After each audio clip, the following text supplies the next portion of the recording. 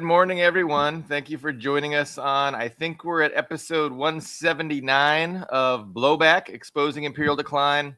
I'm Billy Bob on the West Coast. I have my regular co-host, Ian Cummer, streaming live from a suburb in Moscow. I believe, I always get the times wrong. It's like 6 or 7 p.m. Let's go with 7. Is it 7 p.m., Ian? You're close. It's 8 p.m. 8 p.m. Moscow time. It's 9 a.m., like I said, West Coast time.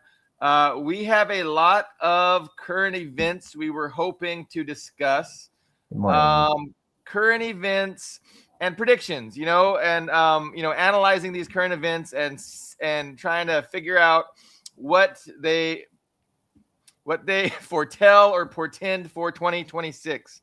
So, I want to go back to about a week ago, maybe it was about a week ago, and there was a very large drone attack on a Putin residence somewhere in Russia, and it kind of caused a stir, in the Russian government because it was kind of an unprecedented, a drone attack on Putin's residence itself, which was an escalation and like a red line that hasn't been crossed before.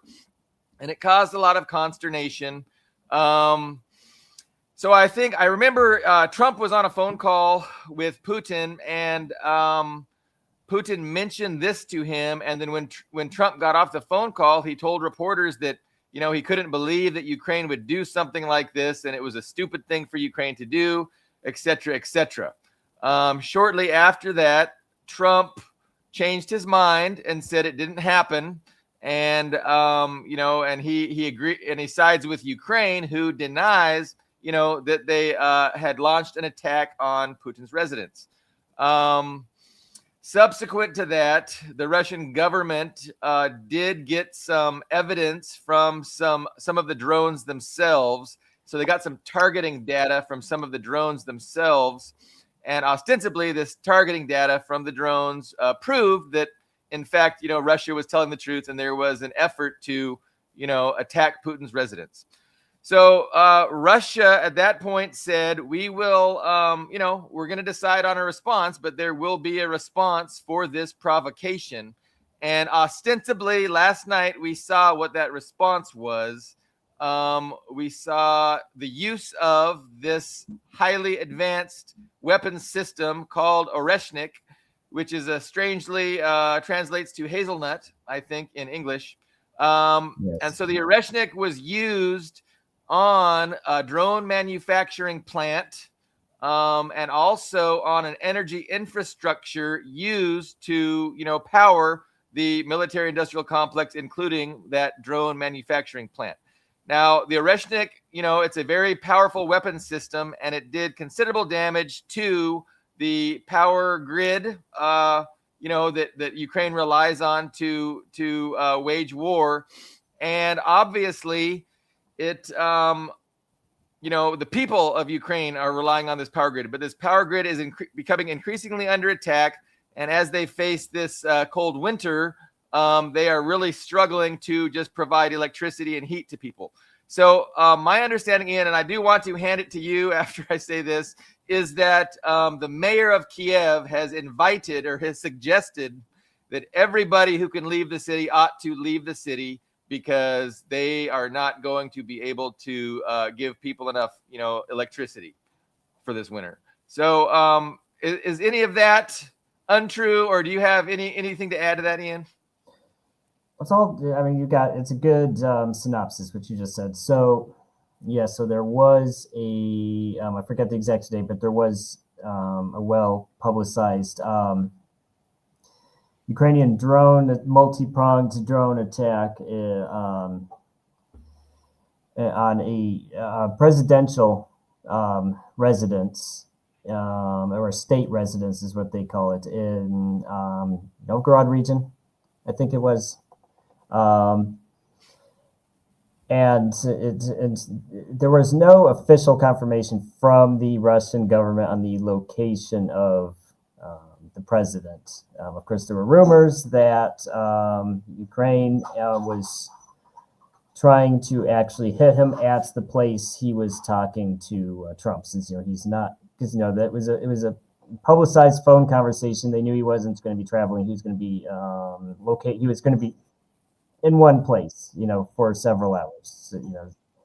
So that's a widely disseminated theory on what they were trying to do. But of course, Russia didn't confirm or deny if Putin himself was at that particular place, but we can guess. And also, there was that New York Times article saying that the Ukrainian strikes on Russian energy infrastructure was coordinated with the CIA, and the CIA was continuing to give Ukraine unfettered access to their intelligence infrastructure and pinpoint these strikes.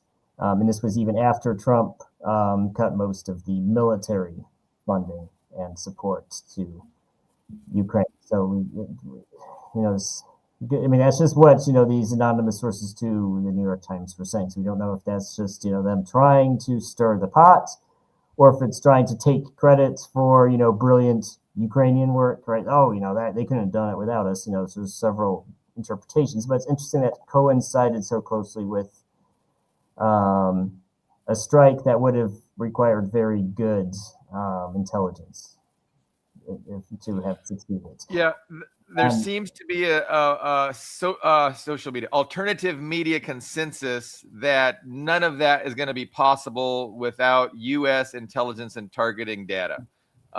That's what I mean. All the analysts that I watch, on the alternative media. Ukrainian human intelligence is probably much better than what the USA has, because they're the adjacent country to Russia with a shared language.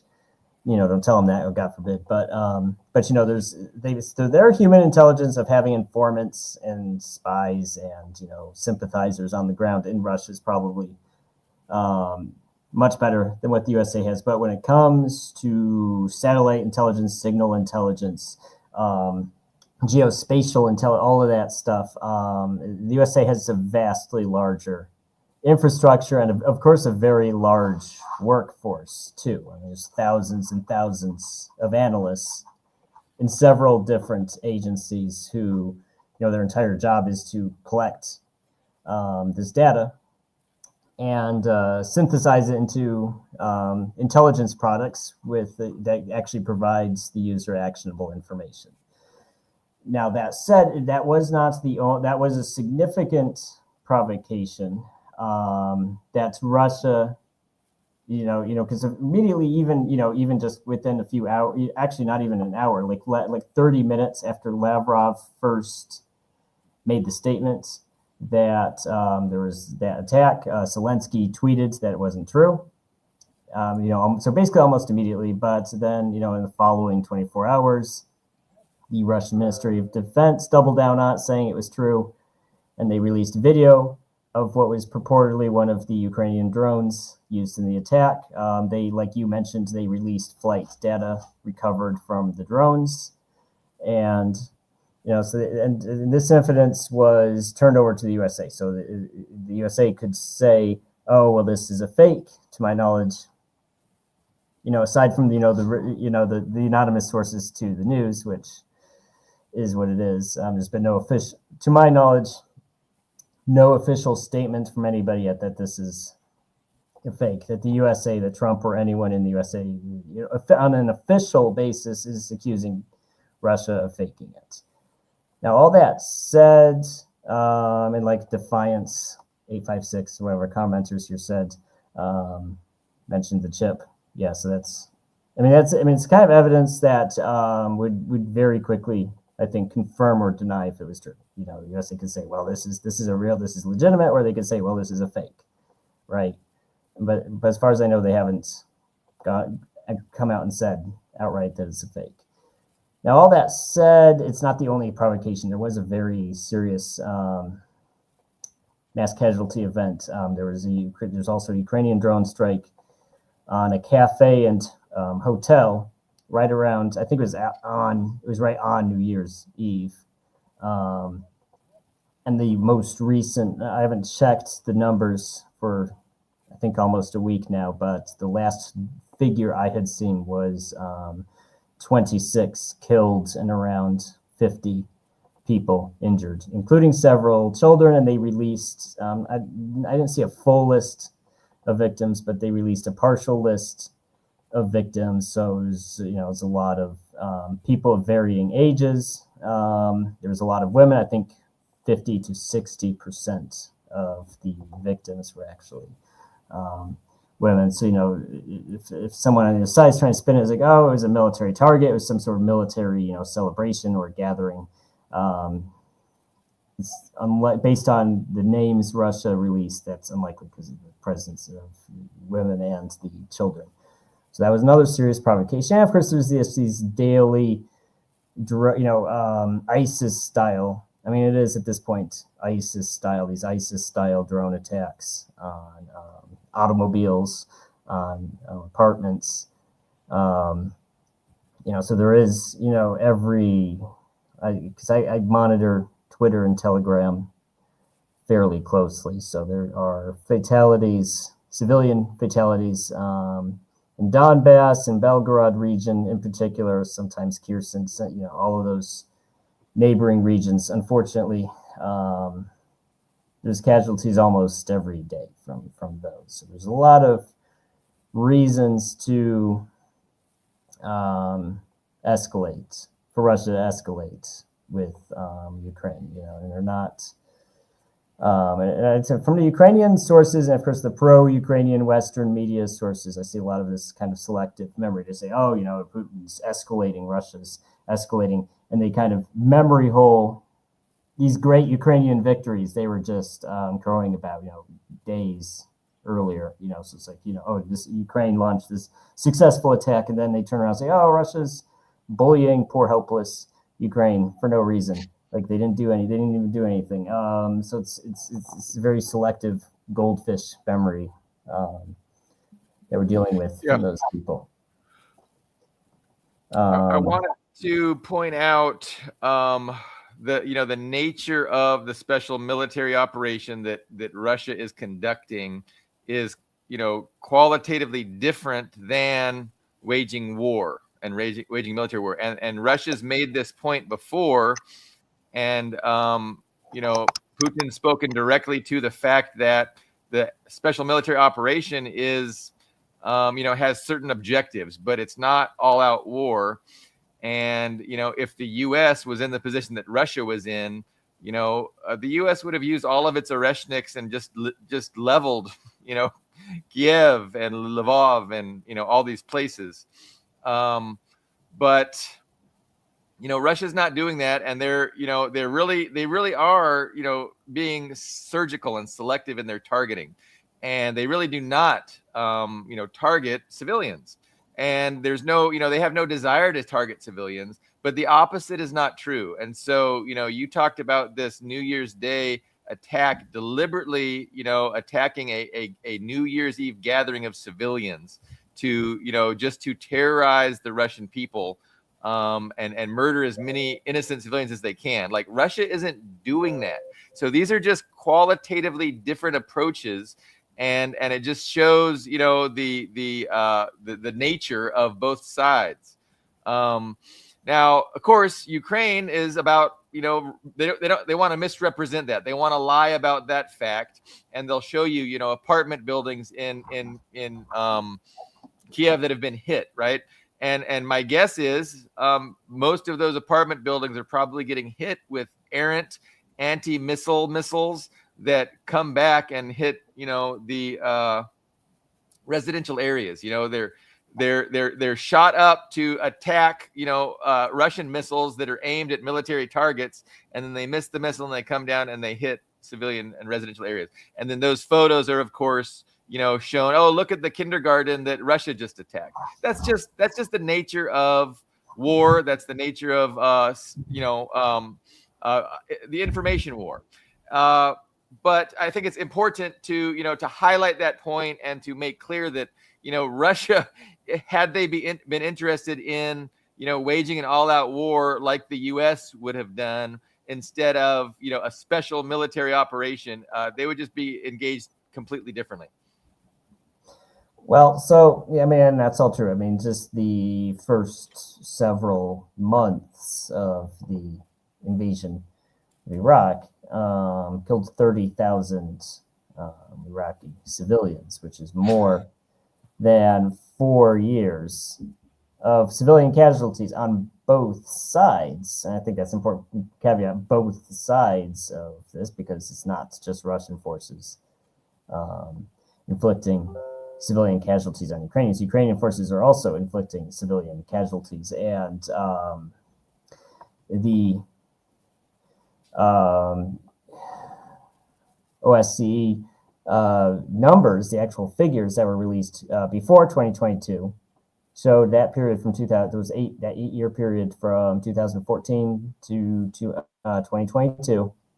Beginning of 2022 showed that roughly 80% of the civilian casualties from artillery in violation of the ceasefire or the Minsk agreement were on the rebel side of the contact line. So 80%, and I suspect after the special military operation is over, and there's well substantiated figures for the civilian casualties from the whole conflict, I suspect it's going to be something very similar. 80% of the civilian casualties caused by the Ukrainian side and 20% by the Russian side. I think it's probably going to be something very, very close to that. Now, as far as, surgical precision, I mean, there's something to be said for it. Though I think the question on everybody's mind is, when is it going to end? How is Russia going to end this? And unfortunately, so far, there's not really been a great solution besides destroying Ukrainian forces and manpower and equipment as they show up to the front, do deep strikes on Ukrainian equipment and personnel and infrastructure. But the way a conventional war is normally won, of actually taking territory, destroying the military, physically destroying, occupying the population so they can't be recruited into the military, and destroying the military industrial complex, that has not happened. And Ukraine's, even if they did steamroll Ukrainian territory, taking Kyiv, taking Kharkov, I mean, those two cities in particular would, I think, eliminate most of Ukraine's organic military industrial complex. The problem is that so much, I think at this point, 60-70% at least of their war economy is coming from outside the country. So short of an actual war with NATO, you can't just smash their military industrial complexes. Their military industrial complex, for the most part, isn't even there. It's on the other side of the border. So that's really created, not a clear. I'm not sure what is discussed behind closed doors and not released to the public. But it's not clear to me how much of a plan there has been. Besides, here's our long-term goals, here's what we want, and here's what we're doing on kind of a day-to-day basis. I'm not sure beyond that. Anybody actually on either side has a particular plan on how this is going to end. Now, I was, as Condor the Birds just commented here, which we displayed on the screen, Ukraine's capacities are proof of the greatness of the Soviet Union, which is I think is true, because they have because their energy, because Ukraine was an industrial powerhouse in the Soviet Union. They built a lot of infrastructure, and their energy grid and their industrial capability is designed to withstand nuclear strikes. like, so if you did, a limited nuclear war against Soviet Ukraine to include Crimea, in theory, it wouldn't, be 100%. It wouldn't be 100% depleted, materially. It would still be substations online. There'd still be energy production. There's some of the factories would survive. So that's is extraordinary. So it's extraordinarily difficult to just do the shock and awe thing and knock them out of the war with just airstrikes. It's almost impossible. But there are. And I actually was, for the longest time, considered a pessimist on this. Like, I was saying, oh, this will be over. This isn't going to be. I was saying this for 2 years. It's not going to be over until the summer of 2025. And a lot of people are saying, no, there's no way it's going to drag on that long. And I was saying that because I just was, I just think, Biden wouldn't be able to. It would just be, there'd be just no return on investment. It would just be a huge expenditure while inflicting very minimal losses on Russia. It wouldn't make any sense. It'd be so unpopular at that point. The USA would be forced to back out and basically reach an agreement with Russia. And that agreement would be just accepting the Russian terms that they laid out in the winter of 2021, before the first shots had even been fired. Now here we are. We have Trump as president, not Biden. We didn't even get Kamala Harris. We got Trump, which I did not expect at all. But we had something similar happen where he it seemed like he was fishing for a way out. Of course, we can all theorize on why that didn't happen, but I'd say the main one is that he wanted it.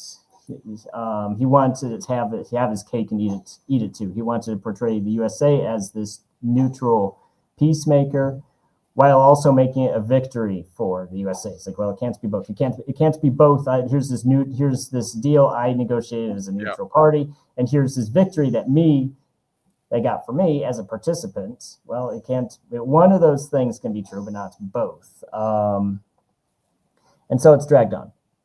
But the factors. But I think it should have really ended last summer, because we've seen Kursk was Ukraine's last major offensive. 2025 was the first full year we didn't see a new big counteroffensive. Now, it's true that the Kursk TikTok offense bled into the beginning of 2025. That is true, but there was no new offensive, and that's the first full year that's gone by without a new big offensive. There was just nothing. I mean, there were some brigade level counteroffensives that had varying degrees of success.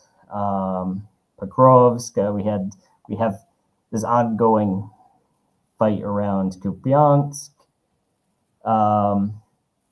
But they have not taken any, and so there's been no major counteroffensive, and they have not taken back a single major urban area that was captured by Russia. It's been a slow progression, but it's been completely one-sided one. Not a single time since fall of 2022, Ukraine has not recaptured a single major urban area. Yeah. Not once. It's been just a string of defeats and being pushed back. And so we have a lot of culminating factors that are coming into play, which makes it very hard for me to believe it's going to go past 2026. Because like you mentioned, this winter is going to be very hard on people. More people are going to leave legally and illegally. And I'm sure Ukraine must realize this, but every person who leaves, regardless of his age or sex, it's going to be difficult to get to that person to come back, because even if the war was over tomorrow, well, it's still the poorest country in Europe, not even talking about the war, even just leaving out the war damage. It's just like, why come back? If you got out of Ukraine, why would you want to come back rather than stay in the country that you had successfully moved to? So there's been some pretty horrific guesstimates on how much population total Ukraine has lost. It's very likely that in the territory that is under Ukrainian control, there might be less than 20 million people at this point. At the beginning of the war, the most optimistic estimates at the beginning of the war was that the population of Ukraine on both sides of the contact line, to include the rebel regions, was maybe 40 million. I mean, and a lot of people are saying that's too optimistic. Just no way to be sure because they haven't done a census in 20 years. But the most optimistic estimates for both sides was 40 million. And now it's the parts of Ukraine shrunk, and their population is probably under 20 million. It's a huge loss. Now, another factor is the desertion. So typically, of course, like even Patton said this in his autobiography about World War II.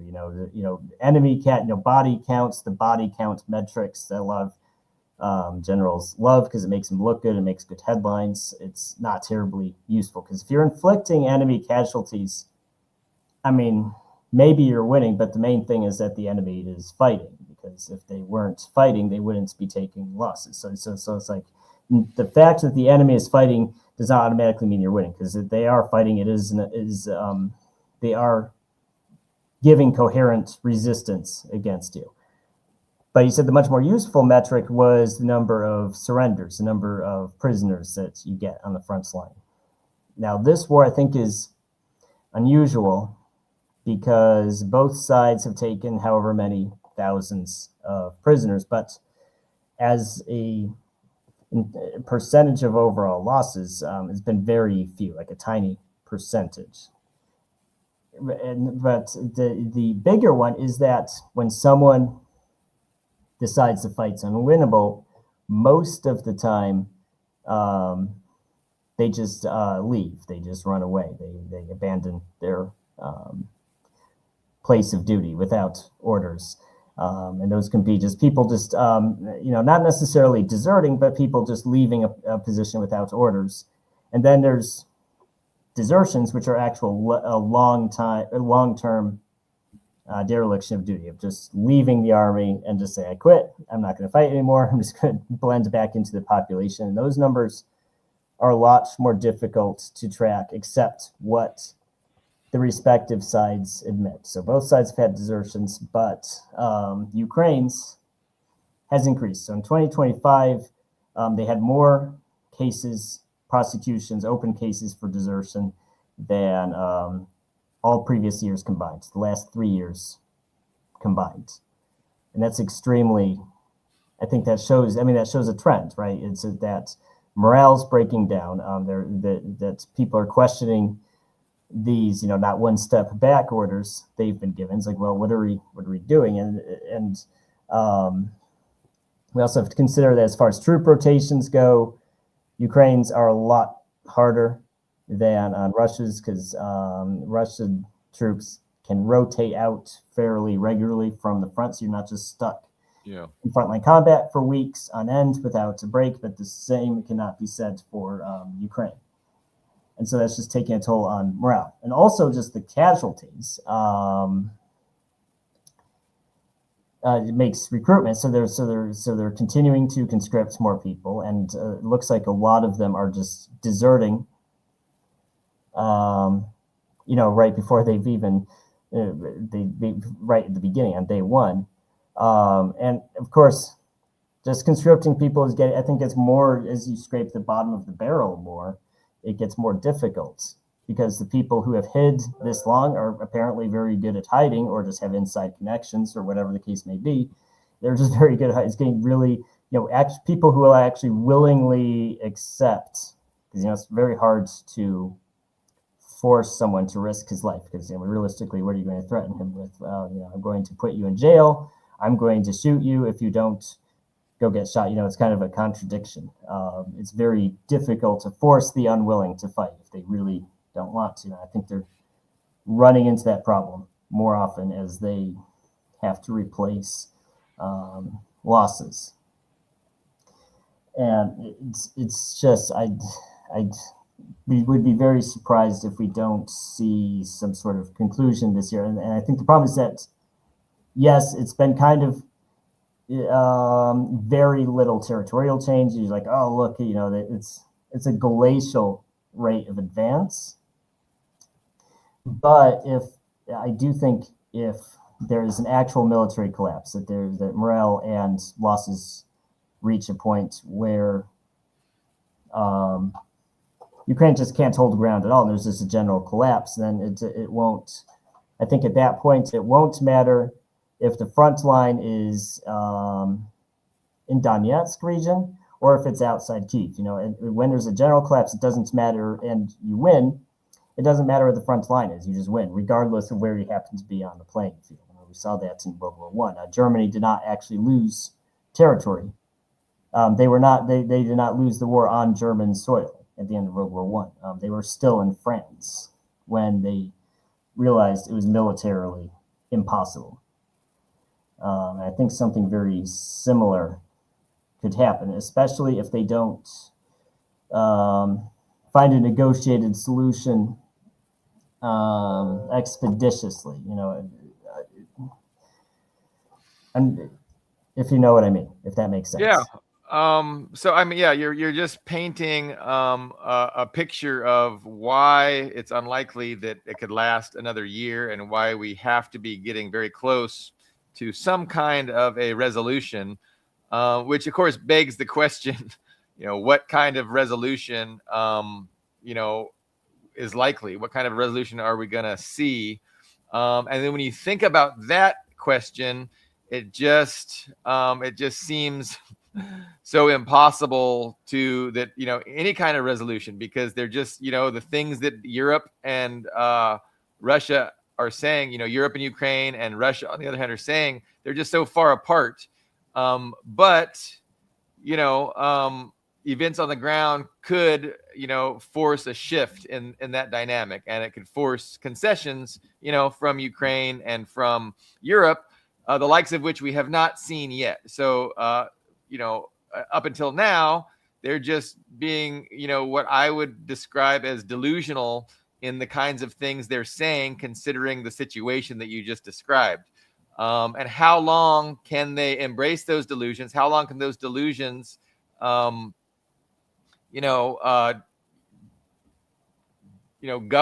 their policies? I mean, at some point, there's those things are going to just disconnect. But in the meantime, we see that the West is trying to put pressure on Russia. You spoke about the terror attack, like the constant terror attacks, car bombs, the drone attack on the cafe.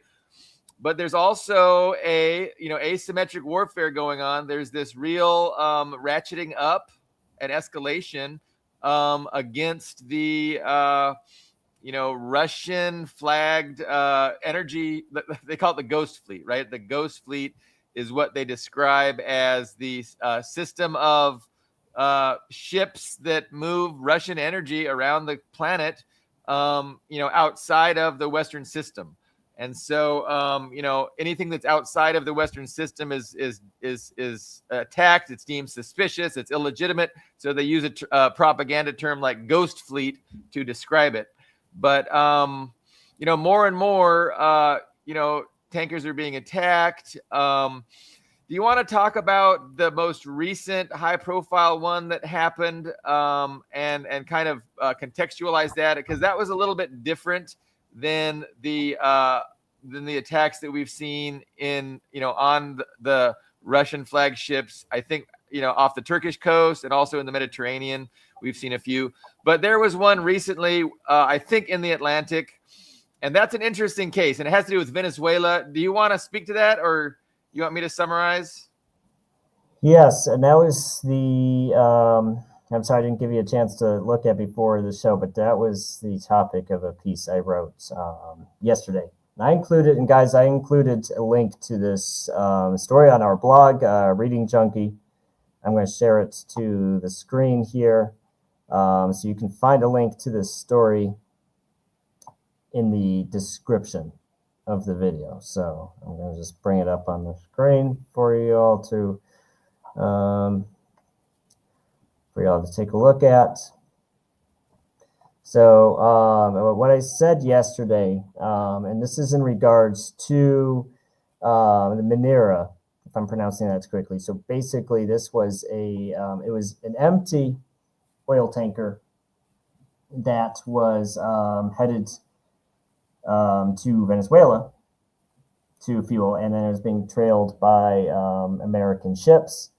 They actually, in December, it's a little bit unclear who originally. I've heard several different stories. So it's kind of it was apparently an Iran linked ship, and its owner and its crew were kind of this mix of Ukrainians. Like apparently there's an owner or a co-owner of this ship was actually in Odessa, interestingly enough. But there's a mix of crew of Ukrainians and Russians on this ship. But last month in December, they requested to be added to the Russian registry and sail under a Russian flag, which Russia had granted. And reportedly what was the impetus that made them make that request? Like that request didn't happen because they were being chased by the Americans, and they were hoping that having the flag of a major power would dissuade American forces from storming the ship, which ended up happening anyway. And that's what led me to, if you guys can see this on my screen here, write this article. What World War III really means is the era of freedom of navigation is over. And what I mean by that is the USA engaging in escalating its piracy policies. Its actions do have consequences, and the problem is that it's creating a precedent to end freedom of navigation. Because there have been wars after World War II, but privateers and pirates of different countries and different governments hiring pirates to attack each other's ships, which has happened in past centuries, was discouraged, right? There's this idea that, unless you are directly engaged in war with someone and this ship is participating in it by some way, like, for example, delivering or taking material from a place, a port that's considered in the war zone. So, like, for example, ships going to Crimea or ships going to Odessa could be considered participating in that conflict. So a Russian drone could hit one, which has happened several times recently also. And, Ukraine could say, oh, well, this ship is participating in the Russian war of aggression against us. We hit that ship. So there's legal justifications for doing that. But what's happening now is just like, well, we don't like these people for whatever reason. So we're just going to take their ships as they're sailing around because we can. And my argument is that's radically going to change the world economy. Because it's just, tankers aren't completely safe. Sometimes they crash. Sometimes they just don't show up where they're supposed to or get delayed by months. But if you just had this where it's just impossible to cheaply insure them, because there's just a fairly high chance that ship's going to be molested or attacked or hit or boarded on its trip. That's going to radically make overseas shipping more expensive, which is really going to impact our post-industrial lifestyle of, why do we need to make our own T-shirts, our own knickknacks? You can grow oranges in Latin America, ship them to a processing plant in Thailand, and then ship it back to California or Florida. You think of how many different, if you just look at a pack of oranges or whatever, pickles, and think of how many different countries that thing is sailed around before it ends up on the grocery shelf. I mean, if and the thing is, so I don't, and I wrote in articles, I don't think Russia and China are going to do a direct tit for tat for that behavior, because that would tarnish their own international standing, not just with the USA, but they don't want to damage their international standing with other people who aren't playing that game. However, smaller countries, smaller states and non-state entities who have a lot less to lose, maybe they're already sanctioned, maybe they're just already ostracized so they don't lose anything. At this point, anyone who can afford a drone can go sink and damage ships from people you don't like. So, and Yemen, and here's the thing. So Yemen did this. They declared this humanitarian blockade of Israel until they end their genocidal war against Gaza. And the USA was like, hey, that's not allowed. That's not allowed. So we're going to bomb the hell out of you. Now, people debated how effective that was. And a lot of people say, well, they kind of kept doing it. But from a precedent standpoint, no one's really going to say, well, because Yemen did this, I'm going to do it too. Yemen isn't like a world leader. People don't copy Yemen. But I think they will copy the USA. If the USA threw away its own rules, USA always kind of did stuff like that to Venezuela, to Iran. They always, for decades and decades, they've done stuff like that. But when they've escalated it to, if it doesn't matter who you're flagged under. If you're a Chinese ship, a Russian ship, you're just anybody that we happen to not like and we don't want you to move their stuff around, we're just going to take the ship. I do think this post-World War II, if you will, this Pax Americana, as they like to call it, this American era is going to be ended by the USA itself. It's just like, who is going to follow? Who is even going to care about that rule if the USA is so flagrantly ignoring it? And that is going to create a precedent. Ukraine was because the USA. If you think about Russia intervening in Ukraine, their word for word argument, or at least one of them, was that NATO did the same thing in Yugoslavia. Yugoslavia. Yeah. And that wasn't the only time. They just say, well, we don't like this government because we think we just say, you don't even need to present evidence. Just they're killing their own people, or they're killing this minority group, and that is grounds to invade them and establish a different government. Well, then anybody can do that. And I think we're going to see something similar with the piracy angle. Yeah. So yeah, you're describing the shift, the huge paradigmatic shifts that are taking place, on the planet. And we have to be careful when we discuss these things, because it's nuanced. And like you said, it's not like that the previous history has been, the United States has been abiding by the rule of law, right?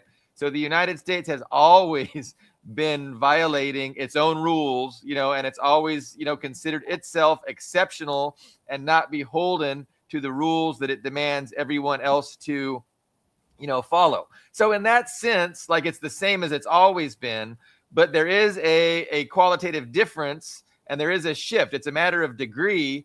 And we can see that, the United States has really decided that the old system has no usefulness for what the United States feels it has to do around the planet. And so you really see this unprecedented break with the heretofore existing world order. And this break, it's going to be significant. And so I agree with what you're saying. It's like, we haven't seen retaliation yet, but I think the U.S. is trying to elicit retaliation, and then they're going to seize upon that retaliation, to further push this new era, this new order that they are, they're interested in making, and becoming unconstrained with, the things like international rule, international law, and all these conventions that the United States has at least given lip service to in the past. They want to make a total break with those things, and they want to engage in a might makes right kind of paradigm, unprecedentedly. Like, again, it's always been that way, but just to not this degree, and the degree to which this is happening, and the efficiency with which the paradigm is shifting is really it's really changing fast. So yeah, I mean, we can see how these smaller countries that can't do anything. Venezuela, Iran, they're really tightening their blockade, and also Russia. They're going after these vulnerable, Russian flagged ships. Now, Medvedev spoke to, and you might have mentioned this in your article, and I apologize for not getting to read it. But Medvedev spoke to what happened with this most recent tanker, and yeah, it was fleeing from the United States, and then it thought if it re-registered with Russia and became a Russian flagged ship, that the United States would not attack it. And Medvedev made clear that that's basically what happened. And in hindsight, he was saying that it's the conclusion should have been they should have assumed what was going to happen, because it did not deter the United States, and the United States went ahead and took it anyway. Medvedev was like, it's not the end of the world. We expect that to happen. We thought, there was a slight chance that maybe doing this would have saved the vessel, and so they allowed the vessel to re-register. But it wasn't that big of a thing. I don't know. I heard there's like thousands, right? There's maybe 6,000 tankers that are moving Russian energy around the planet, and so we've heard like about, I don't know, less than 5, I think, that have been actually attacked. So it's important to keep in mind the significance of this. Obviously, it's an escalation, and it's a provocation, and it's aggression, but in the large scope of things, it really is still a pretty minute and not that important of a thing. Over time, of course, it could ramp up, and it could significantly interfere with the Russian economy. But as it's happened now, it's just more of a slap in the face. It's more of a provocation than any kind of serious strategic threat to the Russian economy and the state of Russia and their special military operation in Ukraine. So where do we want to go from here, Ian? Well, it's going to be, it's interesting. There's a lot of things in motion, and they're all connected, right? Because Venezuela is connected to Russia and Ukraine, because Trump being able to personally control the world's largest oil reserve would be a huge bartering chip for him on that table. And it also plays into what's happening with Iran, where there's protests all over the news right now. The government's about to collapse again. It's one of those things where it's hard to say, right? And unfortunately, our news media gave up news a long time ago and took up the art of persuasion. They really try, instead of just reporting, here's what's happening, they try to persuade people to wish something into it. I mean, I think that is, in fact, literally, if you convince enough people something is happening, it does actually happen. And that's their game. It's what they successfully did in Syria. It's what they tried to do in Russia. It's what they tried to do I guess they tried to do in Venezuela. They took Maduro and they said, "Oh, Trump runs Venezuela now," and no, there was no regime change in Venezuela. They just took the one guy. Yeah. The government's still in power. Nothing's changed.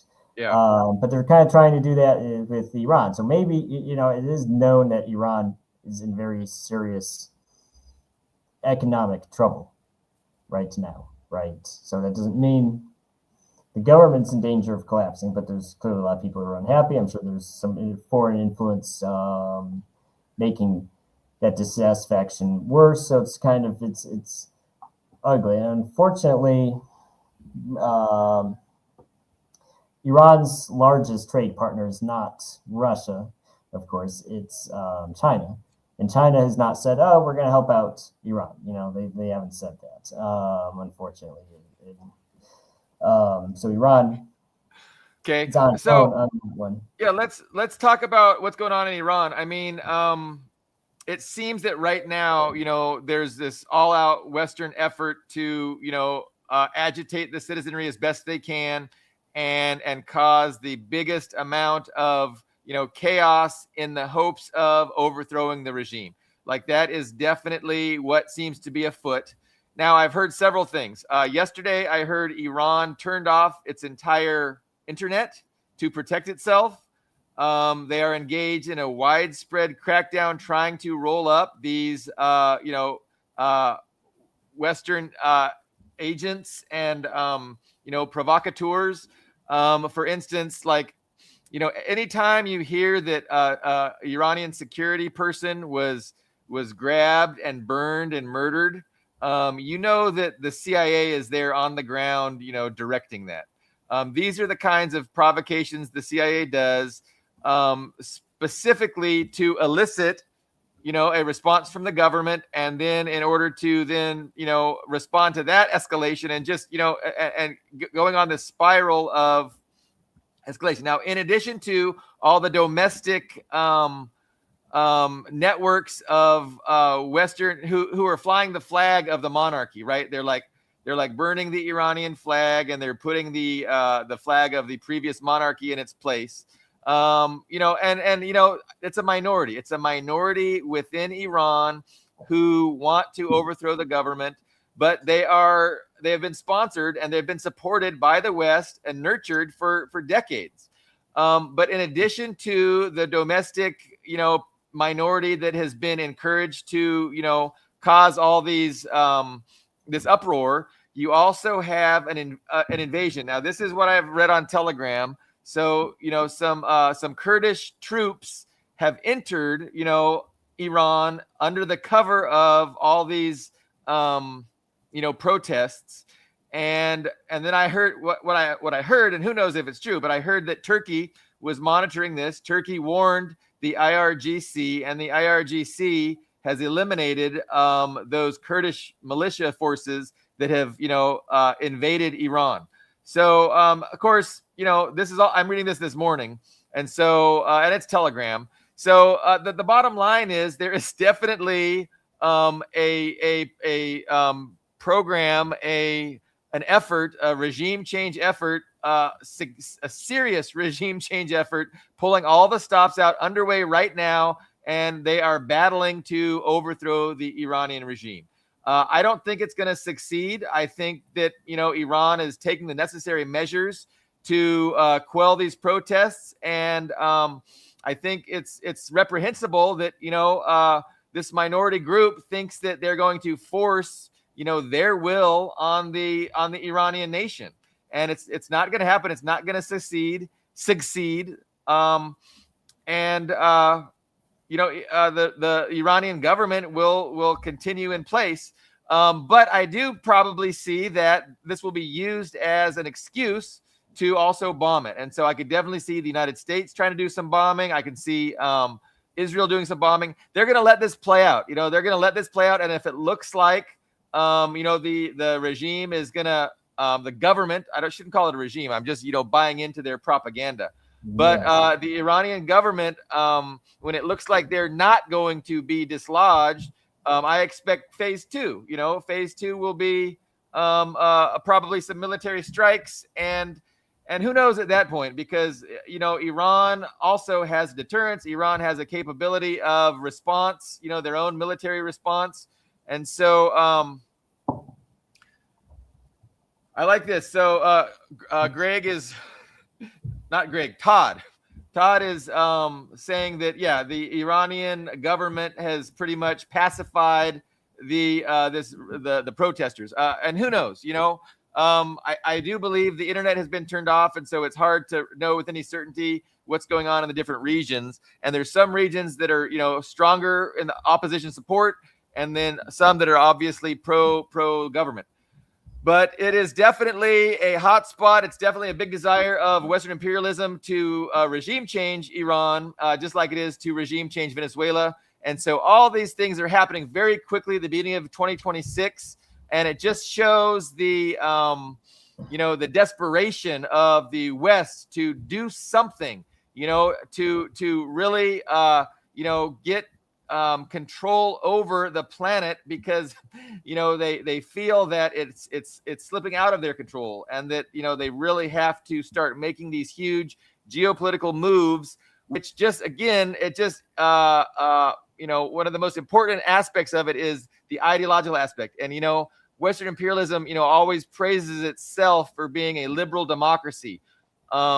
But when it comes down to it, liberal democracy is nothing but advertisement and window dressing for straight up oligarchy and imperialism. And so when they get desperate, this becomes obvious, and liberals ought to see this and reject their liberalism and understand the real dynamics that govern, geopolitics, domestic politics, and the way things actually work in the world, which is more of a class dynamic. It's more the wealthy elites are pursuing their interests, and their interests are in opposition to the interests of humanity, to the interests of the working class majority.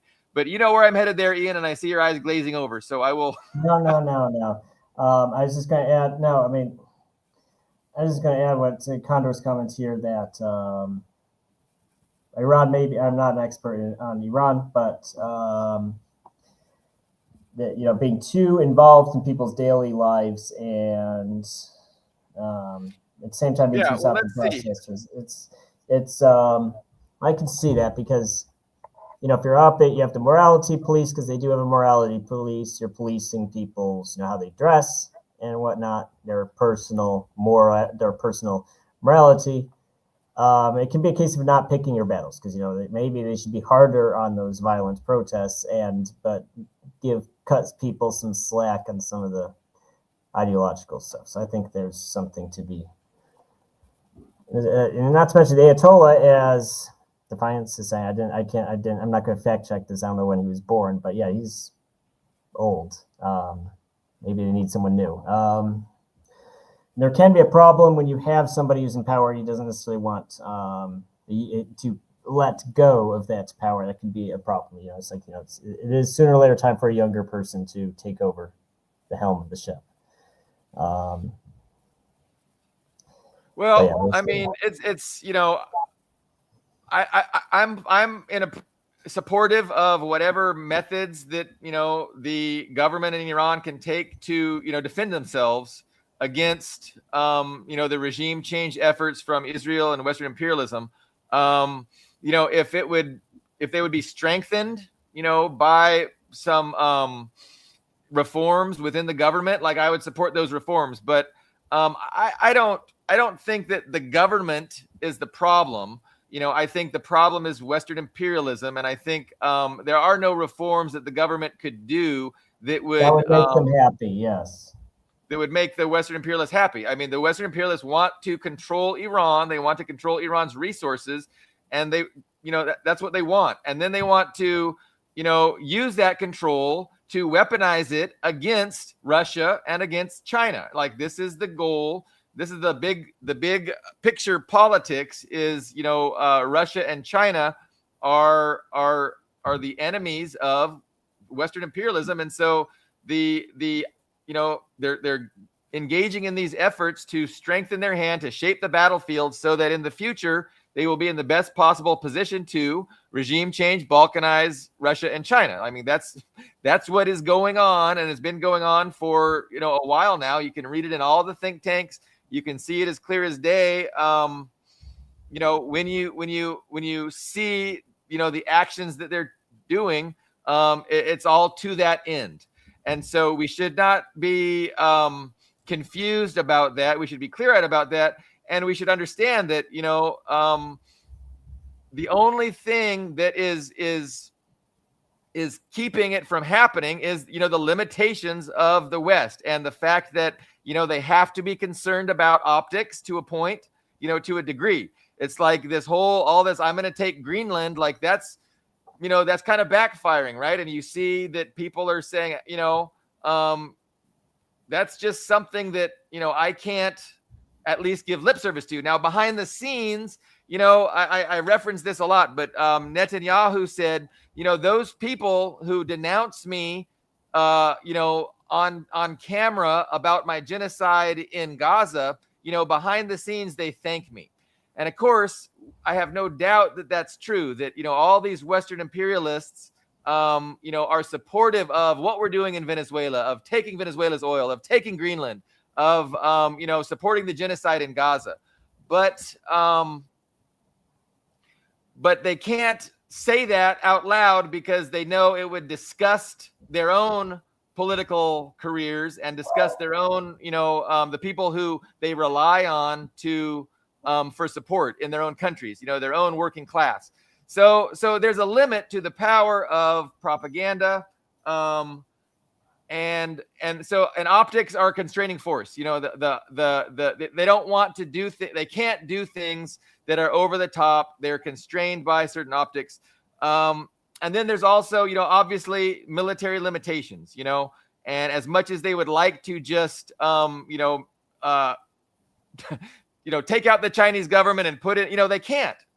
And so they are working on, setting up the battlefield, shaping the battlefield so that at some future point they can do that. Anyway, Ian, I see Spaz is trying to get on. He beat down the door. You saw him. He beat down the door on me. I've been trying to keep him quiet since the show started, but yes, here he is for everybody. This is Spaz. He's an American Beagle, and he came to Russia with me, so he's here. He's happy to not have to share your attention with his cat mate. Yes. With the big Russian cat. Yes, with the cat here. Yes. So Todd is bringing up the point here that as part of this effort by Western imperialism to dominate the planet, they engage in these sanctions. And ever since World War II, where the United States accounted for half the global economy and only 5% of the world's population, they have managed to create a global economic system that they really have a lot of power in. And they have the power. They have the economic power to really impoverish and to destroy the development, to curtail the development of these small little countries that are, that are intransigent and that, demand sovereignty. So countries like Cuba, North Korea, Venezuela, Nicaragua, like these are small little countries compared to the United States. And the fact that they demand, sovereignty and they refuse to be, vassals of the United States puts them in the target, in the crosshairs of Western imperialism. And the sanctions, the economic warfare that the U.S. wages against these countries does cause these countries to have to sacrifice. And so Cuba has been sacrificing for decades. North Korea has been sacrificing. Venezuela has been sacrificing. And then, the ideological propaganda comes in and says, look, socialism always fails. Look at how these people are having to sacrifice for socialism. And, and they blame the ideology of socialism. So these are the kinds of,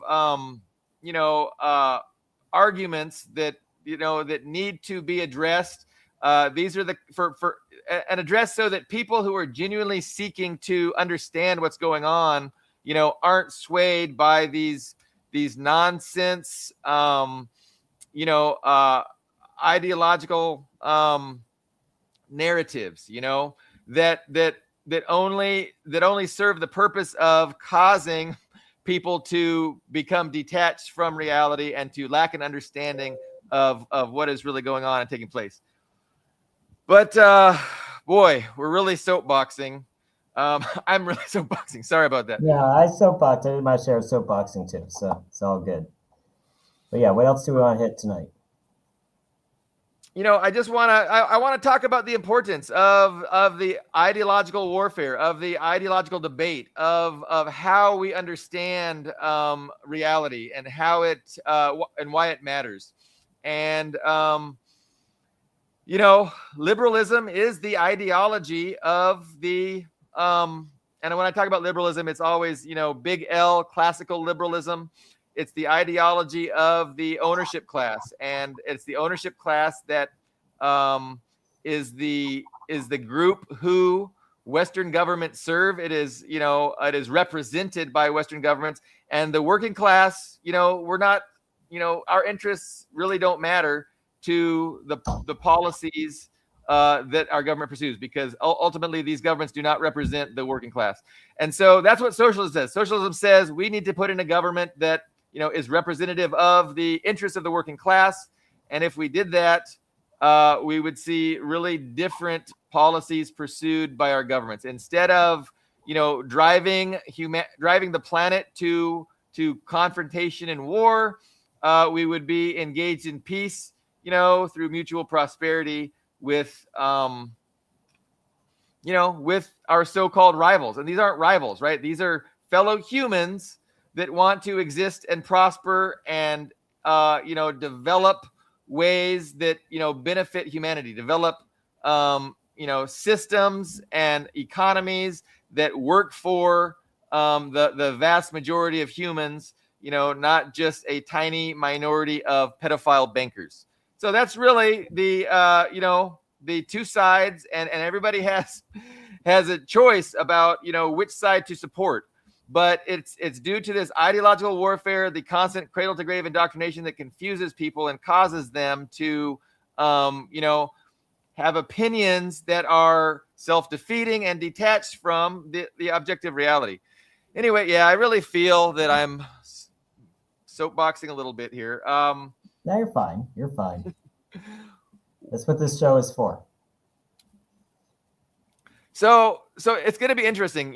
Part of me feels that, 2026 could very well be the year that, the Ukraine war ends and that there's some kind of a settlement. But on the other hand, like the idea that Europe is ready to surrender and because that was what it would be. If they ever agreed to anything that Russia would agree to, it would be tantamount to surrender.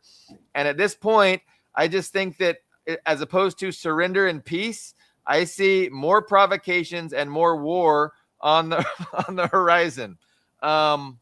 So that's the unfortunate reality. I mean, that's the direction we are being pushed. We are being forced in this direction towards more escalation, and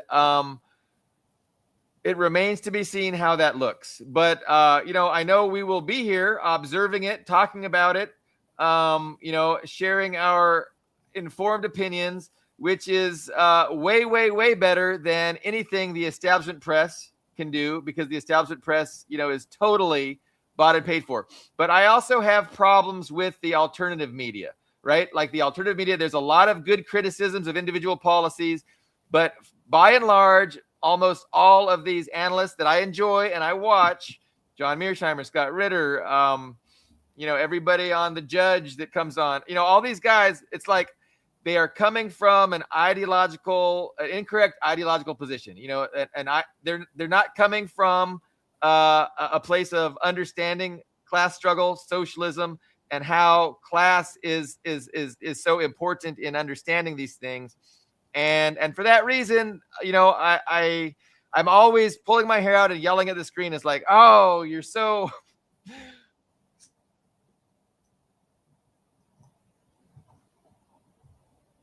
So that's one thing that we do here is try and give a correct ideological perspective in addition to the correct criticisms. And I think that ideological perspective is missing in a lot of the alternative media. And I think that's one thing that this show brings that a lot of those other shows don't. Anyway, let's see. Yes, no. Okay. So Todd is just, he's really encouraging me to continue my diatribing. But yeah, no, it's true. It's like it doesn't even play a part in any of their analysis, and that is such a tremendous limitation in their analysis. And so yeah, I oh, he's really bad. Colonel McGregor, don't get me started on Colonel McGregor. A real anti-communist. Not a fan of McGregor, huh? No, I mean, yeah, no, he's always just saying these, denigrating terms like Stalinist and communist, and he's just bought into Yes, all the Cold War historiography where communism was opposed to freedom, and yeah, he's pretty such confused a in that regard. boomer, right? He's a boomer, right? A boomer, that's it. He's a Like, boomer. okay, boomer. You want to say okay, boomer? But yeah. Um, oh, and Ramisha mentioned, our fan Ramisha here mentioned Greenland. So she says Trump's stance on Greenland may create a drift between the EU and the US. Also, note during the Russian ops in Ukraine, Germany and France continue their deals on one hand, sanctioning Russia on the other. It's always about interests. Well, yes. So I think this kind of, I mean, everybody brings up, and I think I'll bring that up in the next show. It might be a good topic for Tuesday's show. I'm actually probably going to write something about that this weekend. But everybody mentions like the Monroe Doctrine is like this big thing right now that everybody's talking about. But well, one thing they don't mention is that Monroe Doctrine, when President Monroe, as the name suggests, in the early 19th century, suggested it. No one paid attention to him except Russia. Russia is the only country that actually agreed to the Monroe Doctrine. The other European countries all ignored it. Said, "Yeah, whatever, dude. We're going to continue colonizing, the New Worlds. Nothing you can do about it. You can't stop us." But the other detail that's important is that it was a two-way street. So the USA was saying, well, we agree to not meddle in European affairs, which I think in the early 1800s was kind of a funny thing to say because the US did not even have the means to meddle in Europe. What was the US? What was the 1820s USA going to do to Europe? Nothing. But as time went on, that became more important. And Wilson threw that idea under the bus in World War I by attacking Germany because Germany had not attacked the USA. There wasn't under, the USA's own neutrality policy. There wasn't any grounds for the USA to pick a side in the war against Germany. And then FDR reframes the Monroe Doctrine to be basically, I mean, he kind of neoliberalized it a little bit, but he kind of tried to walk back the Monroe Doctrine a bit. So it's not just attacking who we feel like it. But then Truman really put the final nail in the coffin because he permanently occupied Europe, became world policeman. There was no point even talking about Monroe Doctrine anymore. So when everybody talks about Monroe Doctrine now, they just mean, oh, well, that just means no one else except the USA is allowed to do regime changes or meddle in the New World, in our hemisphere. Well, yes, but also no, because if the USA wanted to claim that, well, they can't really say that when they still have bases in Eurasia and actually basically everywhere. There's no basis for the USA to say that. But now, all that said, I do think this kind of hyper one-sided Monroe Doctrine that Trump is doing. The Donroe Doctrine. Yeah, Donroe Doctrine is a good word for it. I think, I think it's popular. His supporters all like it, even if they're a minority, even if, let's say 30% of the population is for it. Well, that's the 30% that's going to vote for him. So, those other 60 or 70% are all against it. Well, they weren't going to vote. Those are all people who were either going to vote against him or not vote at all. It's the 30% who are going to vote for him who matter. And that's who wins elections. So I think it is popular. We're going to find out this year, I guess, how popular it is. But I think it's popular. Now, if he's putting pressure on Venezuela, and he's putting pressure on everybody. He's putting pressure. He's talking about troops in Mexico. He's talking about he's like coming up with this casus belli for Greenland. Like, Greenland is not doing their part to monitor for Russian submarine. Like, he's coming up with this whole elaborate justification for why Greenland not belonging to the USA is an act of aggression, right?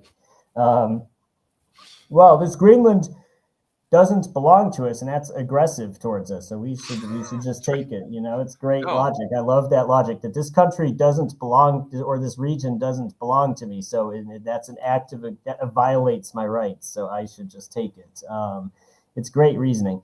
That said, I don't think it's going to do anything to your. I disagree with Ramesh on that one. I don't think it's going to do anything. I think they're just so subservient. What are they going to do? What are they going to do? Throw out the Americans at their base? I don't think they will. I think even if he just landed troops and took Greenland, did a special military operation to take Greenland, I don't think anyone would do anything. I don't think even Denmark would do anything. They would just make a bunch of angry tweets about how, and like show some memes of Trump with a Hitler mustache and say, this is literally like, I don't know, World War II or whatever.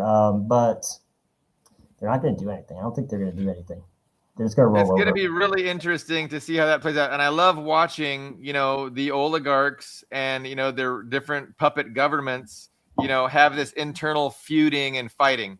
And then, the question is, at what point is the fighting just for show purposes? And, how much are they agreeing underneath, the surface? But, can't really say that in front of the cameras. But I do think that, that would piss a lot of people off, and it would definitely undermine, this transatlantic alliance that Trump, doesn't have a lot of use for to begin with. And that's a good thing. I've always been happy that Trump is willing to undermine this transatlantic alliance. I agree with you to an extent that I love seeing the snakes turn on each other, but at the same time, I don't think it's going to, I think they're just so cucked, as Defiance said, EU cuckistan. I just don't think it's even going to undermine the alliance. They're just so subordinated. What are they going to do? They're agitating their people against Trump and against the United States. The European leaders are agitating their people, and they're getting praised by their people for being defiant against Trump, because Trump is not liked in Europe, and they see him as, being a traitor, really, and being illiberal. And so, I think it's good that there's just, how the ruling class, the ownership class, likes to divide the working class along all these different axes. They have the same problem, within their own class. And it's good that when they're divided up and they can't unify against us. But like Ramesh is saying, the administration has announced shoot anyone. Yeah, no, exactly. That's what I'm saying. They're not, though. I mean, like the latest news. So the rumor is that Trump is trying to make a deal with the people in Greenland itself, and like the deal is like giving $1 million to every household, which is, so it looks like the approach is he's just going to buy it. And the thing is, it almost doesn't matter how much he gives them. He could give them each 2 million. Or 3 million. You're all going to be millionaires. You can just be a millionaire right now. You don't even have to live. You can stay there, or you can move somewhere else. I don't care. Who cares? But Greenland, I'm sure just the resources, whatever is there alone, is worth more than whatever he's. It's like purchasing Alaska from Russia. At the time, it was I forget the name, the Secretary of State who negotiated. I forget his name, but they literally called it his follies. Like it's the it's just such a stupid thing to do. Right, spend so much money, because it was very expensive. Whatever he agreed to pay Russia was so expensive, and they were like, "Oh, this is outrageous." But Alaska was a huge benefit to the USA, and I think it's the same with Greenland. In retrospect, it was a great bargain. Obviously, $50 billion for Greenland is great. And what are the Denmark guys going to do about it? Nothing. It'll be interesting to see how it plays out. I know, Europe is giving a lot of lip service against it. And so they might be, again, I think they're overstating how much they oppose it. I don't think they could care less about Greenland. I doubt even the Kingdom of Denmark really cares about Greenland. But I think they're interested in putting forth this optic that there's a divorce between Europe and the United States, because there's an agreement that Europe needs to start spending more on defense, right? And the people don't want to spend more on defense. But if you can show the people that it's necessary because we're under threat and the U.S. is no longer helping us. In fact, the U.S. is an antagonist. We've got to start taking care of ourselves. you shove that idea down everybody's throat, and then they're going to agree to, turn their welfare states into, militarized states. And that's what they need to do. That's what they want to do. That's what the elites want them to do. And so the question is, how do you drag the people along? And one of the ways is, these big theater things like, United States, we can't trust them anymore. They're not going to protect us. We have to protect ourselves. Look, they're stealing Greenland from us. Anyway, so this is what, how much of it is theater, how much of it is reality is the question. You mentioned Tuesday's show, and I do want to remind everyone that we will be having representatives from the American Communist Party on Tuesday's episode. And we're going to talk about what the platform is of the American Communist Party, what they're doing in the United States. And I think, I wish it was Haas. Maybe at some point, when we have more than 10 viewers, we'll be able to attract Haas's attention. But we've got at least 20 viewers now. We're kind of a big deal. So if anybody knows Haas or Jackson, hey, have them come on. So it's an open question. I know we have Jay. Jay is from Tennessee. He might be the chapter. I forget what their titles are exactly. He's like the chapter head in Tennessee. So he's coming on, and then he's going to have also someone else, and we will see, who we can get. It would be great if it's Jackson, Haas, and the rest of the guys, Eddie, and but I'd be happy to formally ask Haas if I thought that was going to be productive. I definitely can. Anyway, so that's Tuesday's show. It's going to be ACP centric. And before we adjourn, is there anything else, Ian, that we want to? No, check out the link in the description. And I think that's all we got, except tune in for Tuesday. Check Ian's. Also, guys, if you follow that link, there will be an email sign up. That's going to be where I'm going to announce future podcasts. So